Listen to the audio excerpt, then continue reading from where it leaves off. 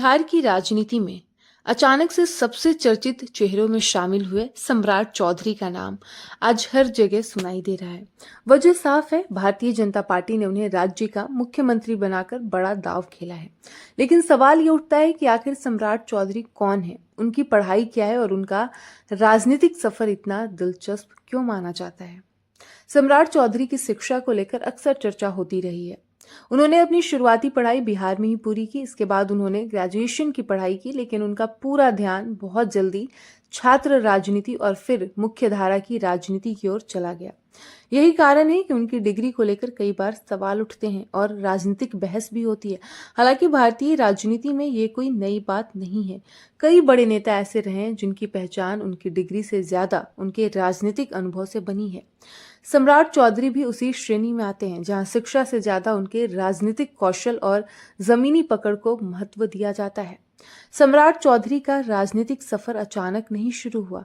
वो एक मजबूत राजनीतिक परिवार से आते हैं। उनके पिता शकुनी चौधरी बिहार के जाने माने नेता रहे हैं और कई बार मंत्री भी रह चुके हैं। यही वजह रही कि सम्राट चौधरी को राजनीतिक माहौल बचपन से ही मिला। उन्होंने बहुत जल्दी समझ लिया था कि राजनीति में कैसे काम करना है और लोगों से जुड़ना है।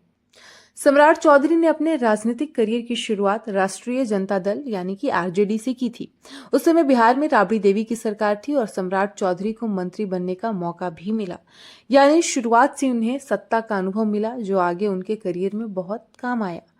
सम्राट चौधरी का राजनीतिक सफर सीधा नहीं रहा। उन्होंने कई दलों में काम किया। सबसे पहले उन्होंने राजद से अपनी शुरुआत की, फिर जनता दल यूनाइटेड यानी कि जदयू और आखिरकार भारतीय जनता पार्टी। राजनीति में दल बदलना आम बात है, लेकिन हर नेता ऐसा करते हुए अपनी पहचान नहीं बना पाता। सम्राट चौधरी ने हर पार्टी में अपनी जगह बनाई और धीरे धीरे अपनी अलग पहचान मजबूत की।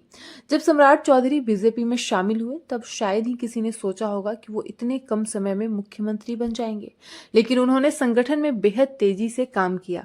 बिहार बीजेपी के प्रदेश अध्यक्ष बने, पार्टी को मजबूत करने में अहम भूमिका निभाई, अलग अलग सामाजिक वर्गों को जोड़ने का भी काम किया। उनकी मेहनत और रणनीति ने पार्टी नेतृत्व का ध्यान खींचा। बीजेपी ने बिहार में अपना पहला मुख्यमंत्री चुनने का फैसला किया तो कई बड़े नाम सामने थे, लेकिन अंततः सम्राट चौधरी पर ही भरोसा जताया गया और इसके पीछे कई कारण भी बताए जाते हैं।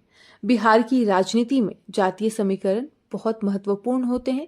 सम्राट चौधरी को लव कुश यानी कुर्मी कोयरी समीकरण को साधने वाला चेहरा माना जाता है, जो चुनावी रणनीति में बड़ा रोल निभाता है। ये पहला कारण है। उसके बाद एक और कारण है, सम्राट चौधरी अपनी बेबाक बयानबाजी के लिए जाने जाते हैं। वो विपक्ष पर खुलकर हमला करते हैं और अपनी बात मजबूती से रखते हैं। अगला कारण है, बीजेपी में रहते हुए उन्होंने संगठन को जमीनी स्तर पर मजबूत किया। कार्यकर्ताओं के बीच उनकी अच्छी पकड़ है, जो किसी भी नेता के लिए बड़ी ताकत होती है। सम्राट चौधरी के पास अच्छी खासी संपत्ति भी है, जिसमें चल अचल संपत्ति शामिल है। हालांकि वो खुद को एक जमीनी नेता के रूप में पेश करते हैं। उनकी छवि एक ऐसे नेता की है जो जनता के बीच रहते हैं, राजनीतिक रणनीति समझते हैं और मौके के हिसाब से खुद को ढाल लेते हैं। सम्राट चौधरी की शिक्षा को लेकर चर्चा होने के पीछे भी कई मुख्य कारण हैं। उनकी डिग्रियां का सीमित सार्वजनिक विवरण, विरोधियों द्वारा उठाए गए सवाल और मीडिया में बार बार ये मुद्दा उठना। लेकिन ये भी सच है कि भारतीय राजनीति में सफलता का पैमाना सिर्फ शिक्षा नहीं होता। अनुभव, नेटवर्क और नेतृत्व क्षमता भी उतनी ही अहम होती है। अगर एक लाइन में कहा जाए तो सम्राट चौधरी एक ऐसे नेता हैं जिन्होंने पारिवारिक विरासत से शुरुआत की, अलग अलग पार्टियों में अनुभव लिया, बीजेपी में खुद को साबित किया और आखिरकार मुख्यमंत्री पद तक पहुंचे।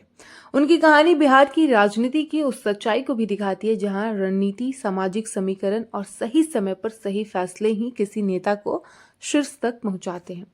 सम्राट चौधरी का सफर सिर्फ एक नेता की कहानी नहीं, बल्कि ये बिहार की बदलती राजनीति का आईना भी है। उनकी पढ़ाई पर सवाल उठते रहेंगे, लेकिन फिलहाल उनकी पहचान एक ऐसे मुख्यमंत्री के रूप में बन रही है जो राजनीतिक तौर पर मजबूत, रणनीतिक और प्रभावशाली भी है। अब देखना यह होगा कि वो मुख्यमंत्री के रूप में बिहार को किस दिशा में लेकर जाते हैं, क्योंकि असली परीक्षा अब शुरू हुई है।